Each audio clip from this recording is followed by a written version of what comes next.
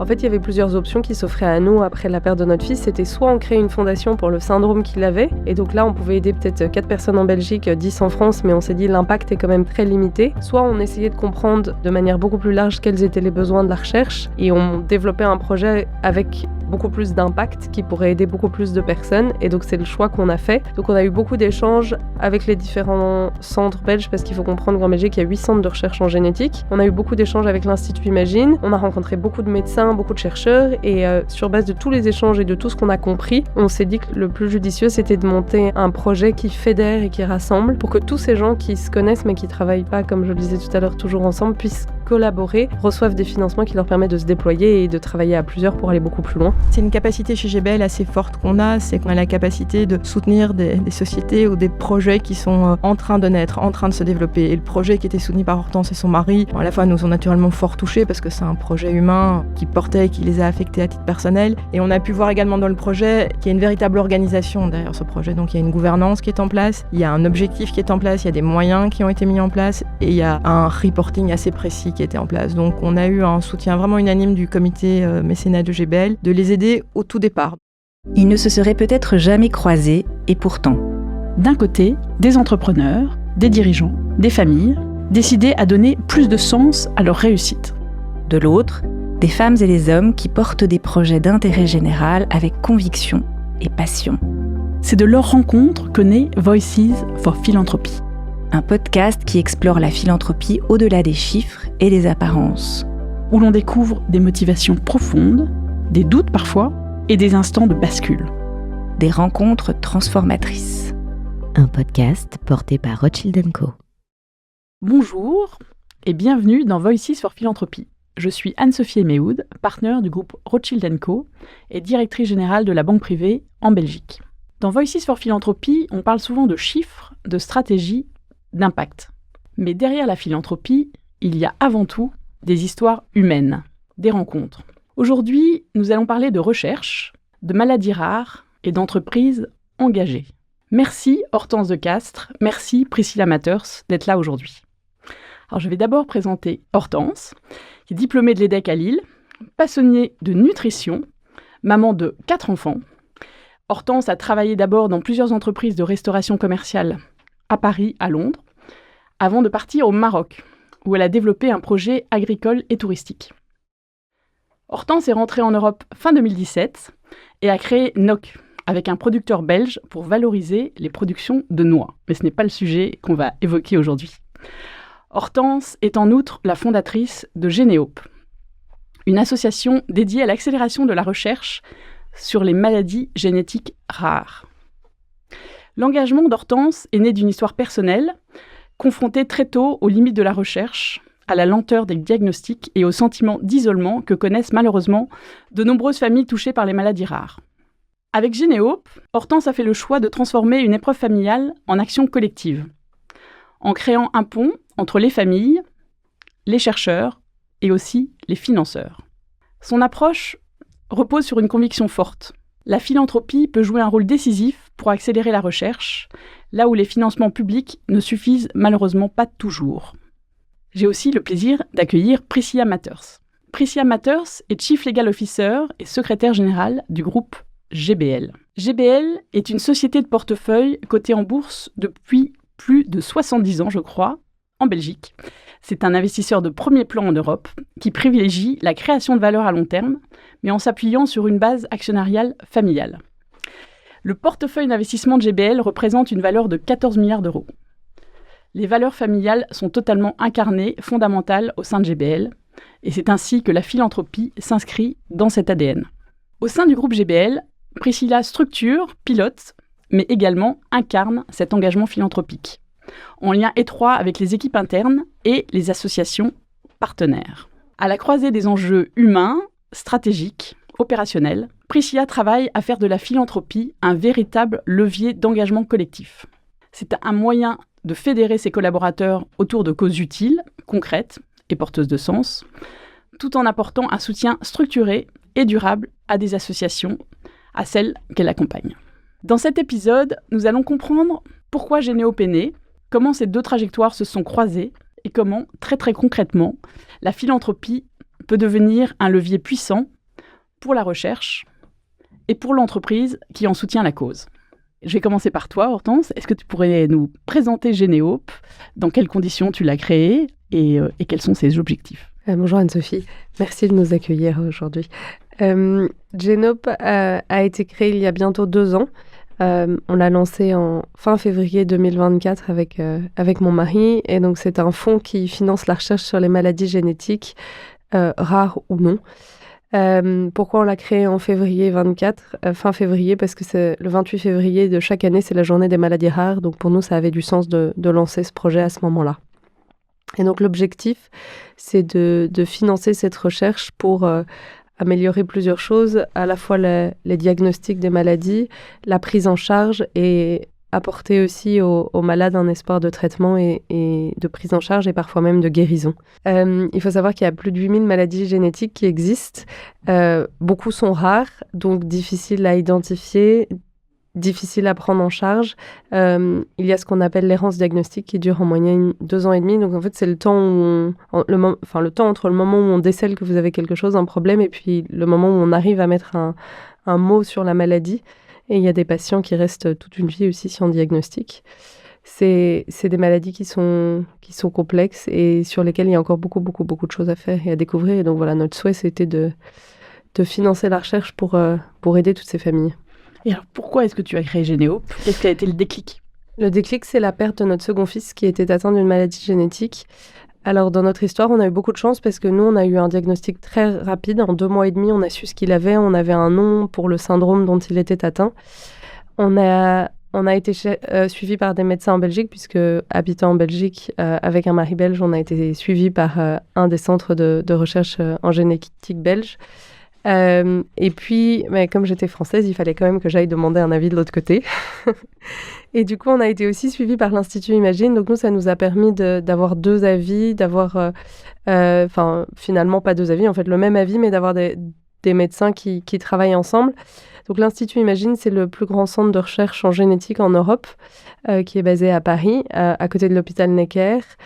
Et donc nous, on a 2 médecins, un belge et un de l'Institut Imagine qui ont travaillé ensemble, et on s'est rendu compte à ce moment-là qu'ils se connaissaient, mais que finalement, ils ne travaillaient pas toujours ensemble. Et on s'est dit, après notre histoire, que en fait, ce serait chouette de les faire plus souvent travailler ensemble pour aider toutes ces familles et tous ces patients. Et nous, on a été remarquablement bien suivis. Ils ont échangé, ils ont travaillé ensemble. Et alors, ça peut paraître surprenant de dire ça aujourd'hui, mais en fait, c'était super chouette de voir tout ça. Et on a voulu donner un élan pour que ça se passe plus souvent pour d'autres aussi. Promouvoir les ponts. Exactement, promouvoir les ponts, parce que ce que je disais au début, c'est plus de 8000 maladies génétiques. Souvent, elles sont rares, elles sont complexes à comprendre. Et donc, travailler chacun de son côté, ça n'a pas de sens. En fait, il vaut mieux travailler à plusieurs parce que du coup, vous avez un panel de cas qui est beaucoup plus important et donc ça vous permet de trouver plus de choses de manière très vulgaire. Et donc Genehope, vous avez décidé avec ton mari de créer Genehope. Qu'est-ce qui a été le plus difficile? Est-ce que ça a été la sélection des projets, comprendre la recherche, lever des fonds?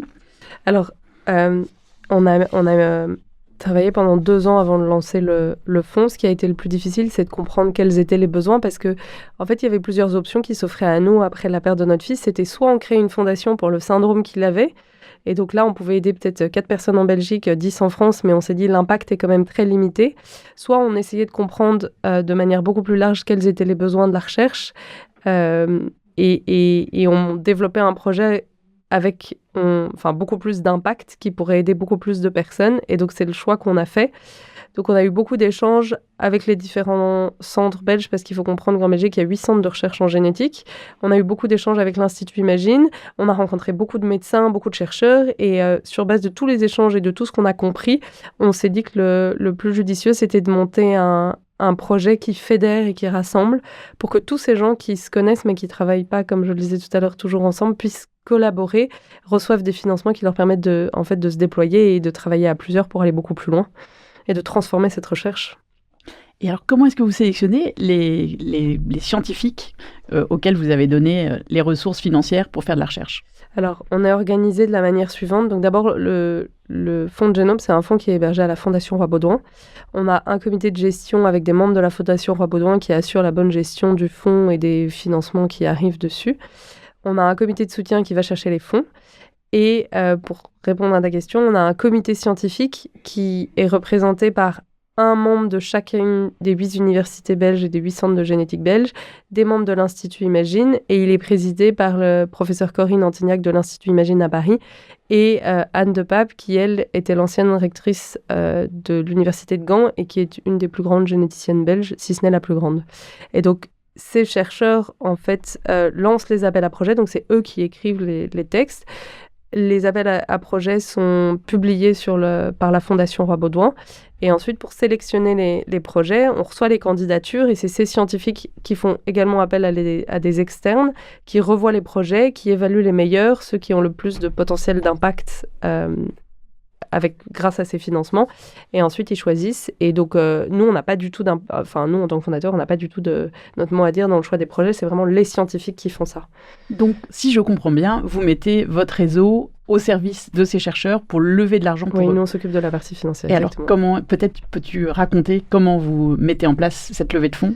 Oui, alors de plusieurs manières. D'abord, on organise 3 événements par an. Donc, on fait un concert entre le printemps et l'été, dont les bénéfices sont reversés au fonds. On organise chaque année la remise des bourses au mois de juin. Donc là, à nouveau, ça sensibilise un public et ça permet de rencontrer des donateurs ou d'en trouver des nouveaux. Et puis, on organise une conférence scientifique par an à l'automne. Même chose, c'est un moyen de sensibiliser, de trouver des donateurs. Et puis après, on fait pas du porte-à-porte, mais on va voir les entreprises et les fondations pour les démarcher. Merci beaucoup, Hortense. Alors, je vais me retourner vers toi, Priscilla.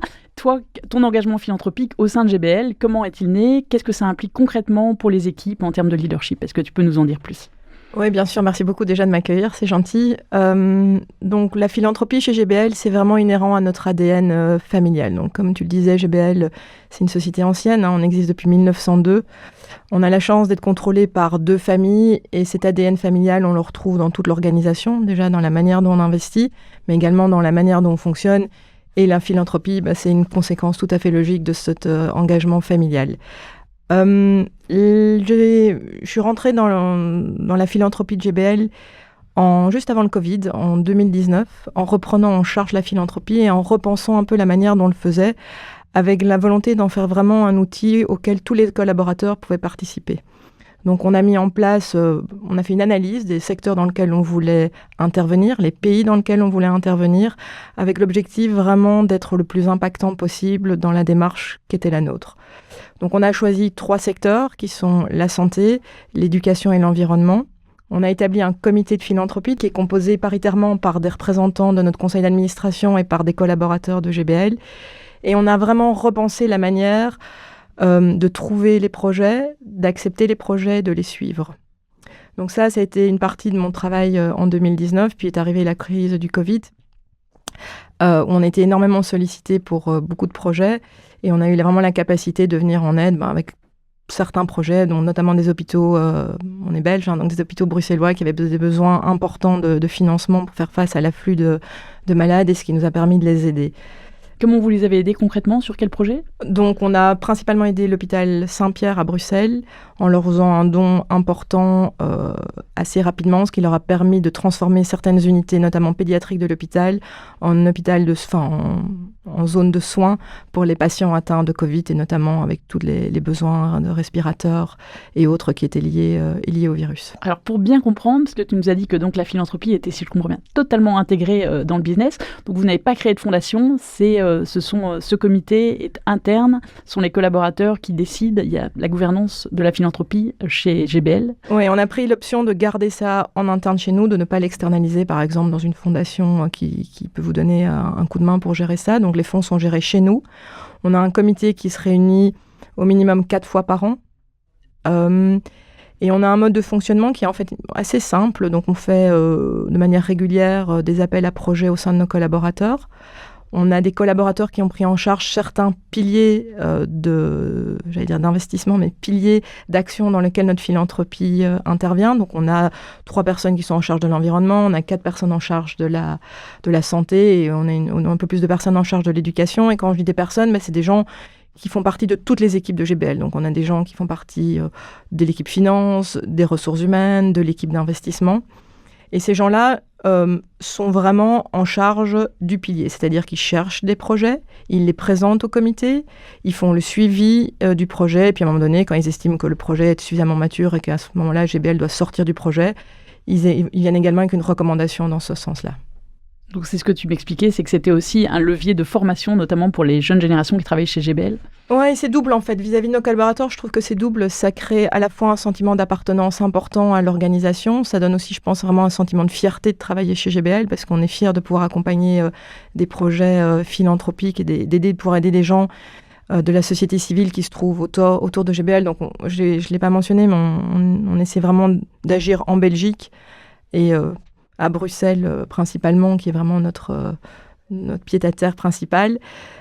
C'est également une manière de former les jeunes chez nous, de former les équipes, parce que ils sont vraiment en charge d'un dossier, donc ça les amène à devoir gérer le projet, se poser des questions, faire du suivi de projet, être capable de faire des recommandations, également être capable de prendre des décisions et de pouvoir les expliquer aux associations qu'on est amené à soutenir. Peut-être même d'apprendre à dire non parfois. Exactement, oui, et ça c'est souvent le plus compliqué en fait, tout à fait, c'est un très bon point. Alors je vais vous demander à toutes les deux quel a été le déclic de la rencontre, pourquoi GBL a décidé de suivre Généope et comment ça s'articule entre vous, cette collaboration, depuis maintenant je pense 1 an qu'elle est en place. Donc, comme le disait au départ Hortense, elle fait un peu du porte-à-porte. Donc, elle est venue voir GBL. Je connaissais Hortense et son époux dans le cadre d'une vie professionnelle. Et donc, on a écouté leur projet. C'est une capacité chez GBL assez forte c'est qu'on a la capacité vraiment, c'est un peu comme des projets d'investissement, on a la capacité de soutenir des sociétés ou des projets qui sont vraiment en train de naître, en train de se développer. Et le projet qui était soutenu par Hortense et son mari, à la fois nous ont naturellement fort touchés parce que c'est un projet humain qui les a affectés à titre personnel. Et on a pu voir également dans le projet, et Hortense l'a bien expliqué, je pense, avant, qu'il y a une véritable organisation derrière ce projet. Donc il y a une gouvernance qui est en place, il y a un objectif qui est en place, il y a des moyens qui ont été mis en place, et il y a un reporting assez précis qui était en place. Donc on a eu un soutien vraiment unanime du comité mécénat de GBL de les aider au tout départ. Donc on a vraiment, je crois, été une des premiers j'arrive à le dire, on était une des premières sociétés à pouvoir les aider, et donc en leur donnant un peu le pied à l'étrier pour les premiers événements qu'ils ont mis en place pour leur association. Donc à travers notamment l'organisation d'un événement. Exactement. On a organisé un concert. Auquel vous avez invité vos clients, vos partenaires. Oui, on leur a donné un support financier. Ça nous a également permis d'avoir certains de nos collaborateurs qui étaient présents. Et ça, c'est une chose qui est assez importante pour nous dans le cadre des projets mécénat qu'on a. C'est à la fois un soutien financier parce que voilà, c'est quand même le nerf de la guerre. Donc, c'est ce dont les associations ont besoin, mais également l'implication de nos collaborateurs au train de certains projets. Donc là, c'est par exemple assister à des concerts, donc vraiment pouvoir rencontrer des gens, à pouvoir aussi partager le nom de Génope au travers de notre propre réseau. On a également des collaborateurs qui aident certaines associations à Bruxelles, qui vont faire l'école du week-end, qui participent à des événements. Tout ça, c'est des éléments qui sont importants dans la dynamique qu'on souhaite mettre en place dans la philanthropie chez nous. Et vis-à-vis de vos clients, de vos investisseurs, des sociétés dans lesquelles vous avez des participations, est-ce que aussi vous mettez en avant la philanthropie ? Est-ce que vous créez des ponts également à ce niveau-là ? Oui, c'est certain, c'est un élément important sur lequel on est interrogé à la fois par nos investisseurs, et puis c'est aussi un message tone from the top que vous donnez à vos sociétés de portefeuille, donc la capacité à montrer que vous êtes un investisseur, mais que vous êtes un investisseur long terme, mais également un investisseur naturellement exigeant, rigoureux, mais également bienveillant. Et donc, c'est ça qu'on met en avant. Et est-ce que certaines des participations dans lesquelles vous êtes investis vous ont suivi dans des projets philanthropiques que vous avez soutenus ? Alors, on en a un. Oui, on en a un, une société, en l'occurrence une société française dans laquelle on était investis. On a mis en place un projet commun de formation de jeunes entre la Belgique et la France. Donc, c'est un projet qui nous a tenu à cœur et on a développé il y a une dizaine d'années, je dirais plus ou moins. Et qui a renforcé les liens entre les deux sociétés, bien entendu, oui, au sein des équipes également. Hortense, est-ce que toi, tu as quelque chose à ajouter par rapport, évidemment, à GBL ou par rapport à d'autres financeurs qui t'ont accompagné et d'autres façons dont ça a pu démarrer pour toi avec Généope ? Mais ce qui a été fantastique dans la rencontre avec GBL, c'est d'avoir une entreprise qui quelque part croit en ce qu'on était en train de monter, parce qu'on est arrivé, c'était au tout début, et donc à l'époque on finançait pas encore de projet, on avait une gouvernance et tout qui était en place, mais il n'y avait rien de réellement concret, et donc d'avoir des entreprises qui nous soutiennent et dès le début et qui croient au potentiel d'un projet et qui comprennent l'impact que ça peut avoir, ça a été fantastique. Donc encore merci pour ça. Alors Hortense, au niveau de la recherche, aujourd'hui, donc tu as mentionné que vous travaillez avec plusieurs instituts de recherche. Est-ce que tu peux donner l'un ou l'autre projet en cours, notamment avec l'Institut Imagine ? Oui, donc aujourd'hui, donc, on finance des projets de recherche qui font collaborer les centres de recherche génétique belges et l'Institut Imagine à Paris. Et à terme, dans l'évolution de Genope, on aimerait aussi financer des projets avec d'autres centres d'excellence à travers le monde. Dans les projets qu'on a financés, donc ce que j'expliquais tout à l'heure, c'est que voilà, tous les mois de juin, on a la remise de bourse. Donc on a lancé les premiers appels à projets en fin 2024. On a eu les premières remises de bourse en juin 2025. Là, on est déjà dans la seconde phase des appels à projets, donc on commence à avoir une vitesse de croisière. On a financé des projets franco-belges, donc soit francophones, soit un binôme néerlandophone français. Et en fait, quand on a lancé le projet, on était évidemment extrêmement motivés, mais là, on l'est encore plus. Pourquoi ? Parce qu'en fait, on s'est rendu compte qu'en finançant ces projets, on allait beaucoup plus loin, et vous allez le comprendre dans l'exemple que je vais prendre, un des deux au moins. On a là, dans les chercheurs qu'on finance, on a un chercheur de l'Institut Imagine et une chercheuse de l'Université de Gand qui travaille sur une forme ultra rare du glaucome chez l'enfant. Et en fait, qui nous ont expliqué, et en fait, rencontrer ces chercheurs, ça nous a permis de comprendre tout ça, c'est qu'en cherchant sur ces formes ultra rares de maladies génétiques, on trouve des traitements pour toutes les maladies, ou en tout cas dans certaines catégories, parce que là, en fait, s'ils arrivent à aller au bout de leur recherche et trouver ce traitement de ce glaucome infantile, ils pourront traiter le glaucome à l'âge adulte, et donc ça, c'est fantastique, parce que ça donne de l'espoir à plein de personnes comme vous, moi, qui un jour seront touchées par ces maladies. Sachant que le glaucome à l'âge adulte n'est pas une maladie rare. Non, pas du tout, en fait. Et donc, voilà, les maladies génétiques, parfois, c'est compliqué à comprendre parce que le cancer, c'est 1 personne sur 2, les maladies génétiques, 1 sur 20. Mais en fait, non, c'est beaucoup plus que ça parce que grâce à la recherche sur ces maladies-là, on trouve sur beaucoup plus de monde. Alors, est-ce que tu peux nous donner un autre exemple de recherche que vous avez accompagné ? Oui, on finance également une autre chercheuse. Donc, c'est à nouveau... Alors, cette fois, c'est 2 chercheuses, Gand et Imagine, qui travaillent sur le déficit immunitaire des nouveau-nés, donc c'est ce qu'on appelle les bébés bulles. Et donc, elles ont reçu une bourse de Genope, et quelques mois après, elles ont reçu un financement européen. Donc, en fait, on a été l'amorce de quelque chose de plus grand. Exactement, voilà. Et oui, tu m'avais aussi mentionné dans les recherches sur les maladies rares, quelque chose qui pouvait avoir une recherche qui pouvait avoir une incidence importante, notamment sur le cholestérol, et pas le cholestérol uniquement dans ces maladies rares. Oui, on avait été à une conférence à Bruxelles où on avait rencontré un chercheur français qui avait expliqué en fait que son travail de recherche sur l'hypercholestérolémie, qui est une forme rare du cholestérol en fait, donc c'est une maladie rare et génétique, ils avaient pu trouver un traitement qui permettait en fait de traiter les gens atteints d'un cholestérol classique en prenant un médicament par an versus autrefois 1 par mois, avant c'était 1 par semaine, 1 par jour. Donc à nouveau en traitant en faisant de la recherche sur ces maladies rares et génétiques, on trouve sur des maladies ultra fréquentes. Donc on voit que la recherche sur les maladies rares a en effet un impact beaucoup plus large sur la santé et sur la santé de beaucoup de monde. Oui, beaucoup plus large que ce que les chiffres de 1 sur 20 laissent imaginer en fait. Alors Priscilla, il y a quelque chose que je trouve fort intéressant chez GBL et dans votre action philanthropique, c'est que vous financez des startups philanthropiques. Vous êtes à l'amorçage. Est-ce que tu peux nous donner d'autres exemples ? Donc tu nous as dit que Généop, vous aviez été un des premiers sponsors. Est-ce que tu peux nous donner d'autres exemples d'associations que vous avez accompagnées et pour lesquelles ça a peut-être été l'étincelle du démarrage ? Oui, c'est un élément important de la philanthropie chez GBL. Il y a plusieurs éléments. On est capable d'intervenir sur plusieurs années. Donc ça, c'est aussi un élément qui fait notre différence. Et on est capable d'intervenir dans des projets qui sont vraiment naissants. Donc Genope, c'est un bon exemple. Ce qui est important, je crois, pour les associations, parce que ça leur donne vraiment l'institutionnalisation dont ils ont besoin pour le lancement de leur projet, vraiment le pied à l'étrier. Ils ont une certaine visibilité parce qu'on peut être là, par exemple, sur une période de 3 ans. Donc, je pense que c'est assez confortable pour des associations et ça leur permet vraiment de développer leur projet, de le mettre en place et d'établir les bases stables pour le futur. Et c'est quelque chose qu'on a déjà eu l'occasion de faire à plusieurs reprises chez GBL. Il y a Genope dont je citais. On a également aidé une association belge qui s'appelle Qui Cancer, qui intervient dans tout ce qui est recherche de cancer pédiatrique. Et c'est assez important pour nous parce que ce sont souvent des projets dans lesquels les fondateurs ont vraiment un intérêt personnel très importants, donc sont vraiment concernés par le projet, ont la capacité d'établir une association avec une gouvernance stable, solide. Et donc nous, si on peut leur apporter le soutien financier, je pense qu'en général, c'est un des éléments qui permettent d'avoir une association qui pourra être pérenne sur le long terme. Alors Qui Cancer, spécifiquement, qu'est-ce que vous avez financé? Qu'est-ce que vous avez accompagné? Qui Cancer, on a fait plusieurs choses. On les a accompagnés d'abord, ils ont commencé leur association en mettant en place des courses. Donc c'est une course assez fameuse à Bruxelles maintenant qui a lieu au mois de septembre. Donc on les a aidés dans le financement de la course. Il y a eu des équipes qui sont venues courir plusieurs fois.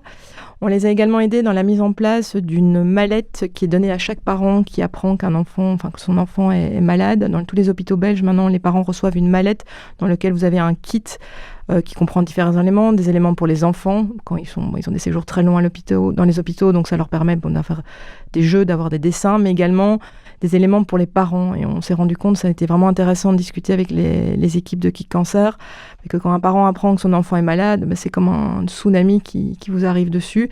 Et dans cette mallette, vous avez un peu les éléments auxquels vous devez penser quand vous apprenez que votre enfant est malade. Prévenir votre employeur, prévenir la sécurité sociale, prévenir votre assurance de santé, prévenir l'école.